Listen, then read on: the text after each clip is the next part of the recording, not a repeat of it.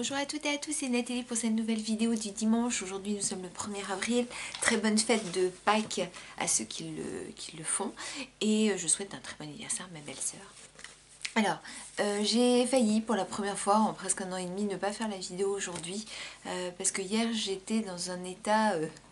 je ne sais pas de quoi on peut le qualifier, puisque la vue ne revient pas du tout, et c'était même pire, parce que hier je ne voyais plus rien du tout, et surtout je ne tenais pas debout, donc j'ai dû aller aux toilettes en rampant par terre. Je me suis écroulée dehors, un voisin venu me ramasser, enfin bon, ça a été abominable, et moi qui ne me plains pas, ou enfin non, là je me suis pas plaint, mais moi qui dis toujours il faut y aller et tout, j'avoue qu'hier j'ai craqué quand même pendant une petite heure. J'ai pas mal pleuré parce que c'était atroce, quoi. Donc voilà. J'espère que ça va aller mieux. Ce matin je vois légèrement mieux, je dis bien léger. Donc je vais essayer de vous finir enfin les vrais faux, les idées reçues. Je ne le lirai que le titre est vrai ou faux, je n'irai pas la suite parce que j'en suis incapable. Et puis avant, je voulais aussi vous parler d'une chose. Je ne sais pas si on la voit en entier. Hop, hop.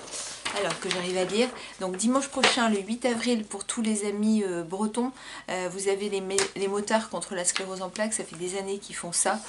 Donc il y a une balade de l'espoir à 14 h. Donc c'est Vannes et Pluvigné. Donc n'hésitez pas à venir. Donc avenue de la Marne à Vannes. C'est le parking de Carrefour.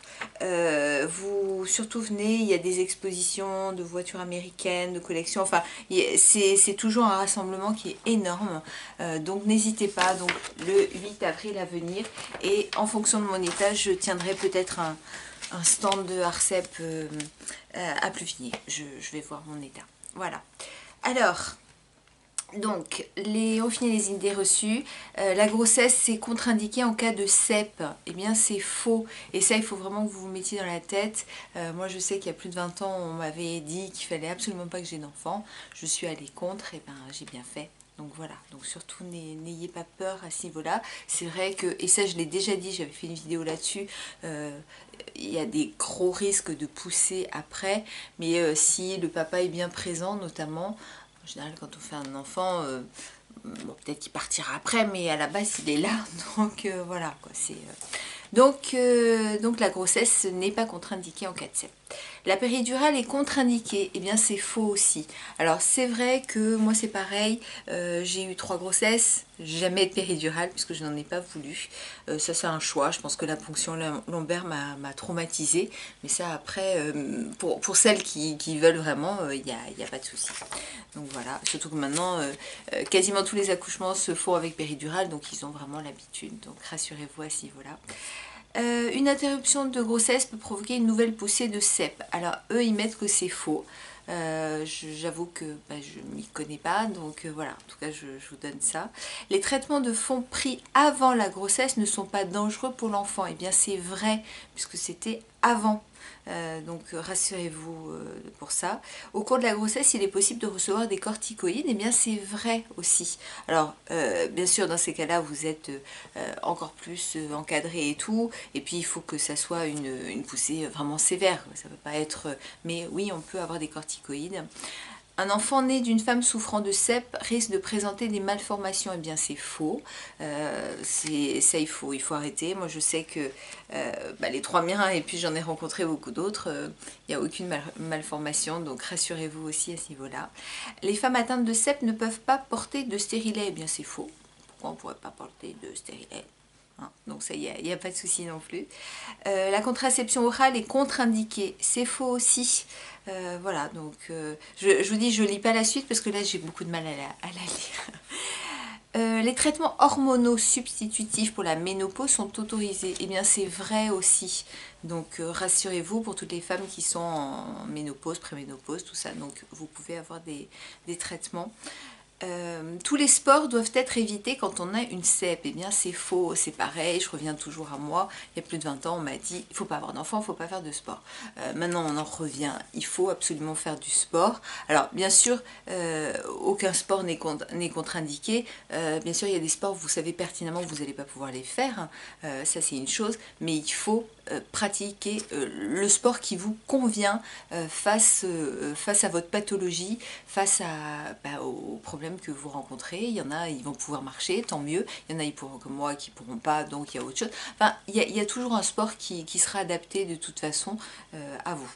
Alors, certains kinésithérapeutes sont spécialisés dans la CEP, et bien c'est vrai, il y en a qui vraiment connaissent alors il y en a qui connaissent pas du tout, hein, mais il y en a qui connaissent très bien, donc renseignez-vous lorsque vous devez voir un kiné, s'il connaît bien cette maladie.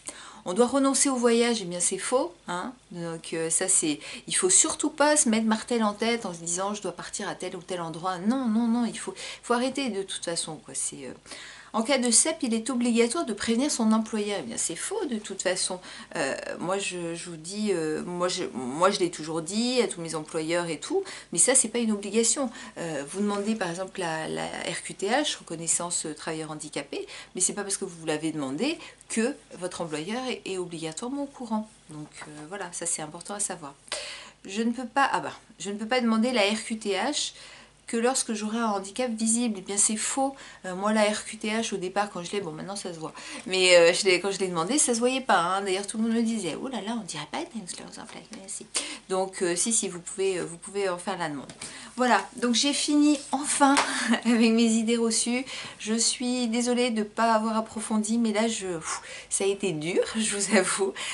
Donc n'oubliez pas, donc le 8 avril pour tous les amis bretons, fans de moto et tout, voilà, c'est sympa puisque tous les profits sont reversés à l'ARCEP. Donc voilà, et puis théoriquement je serai à Peuvigny pour ceux qui voudraient venir me faire un petit coucou. Donc je vous fais plein de gros bisous. Là en vrac, mais je suis plus dans l'ordre, les prochains sujets, je vais avoir sur les tatouages, parce que ça on me l'a demandé, puis j'ai lu pas mal de choses en ce sens. Comment choisir un bon neuro, et puis oui, le sel dans l'alimentation, et puis je ne sais plus, voilà, je suis fatiguée. Donc je vous fais plein de gros bisous, et puis reposez-vous bien, à bientôt. Et là il faut que j'arrive à éteindre.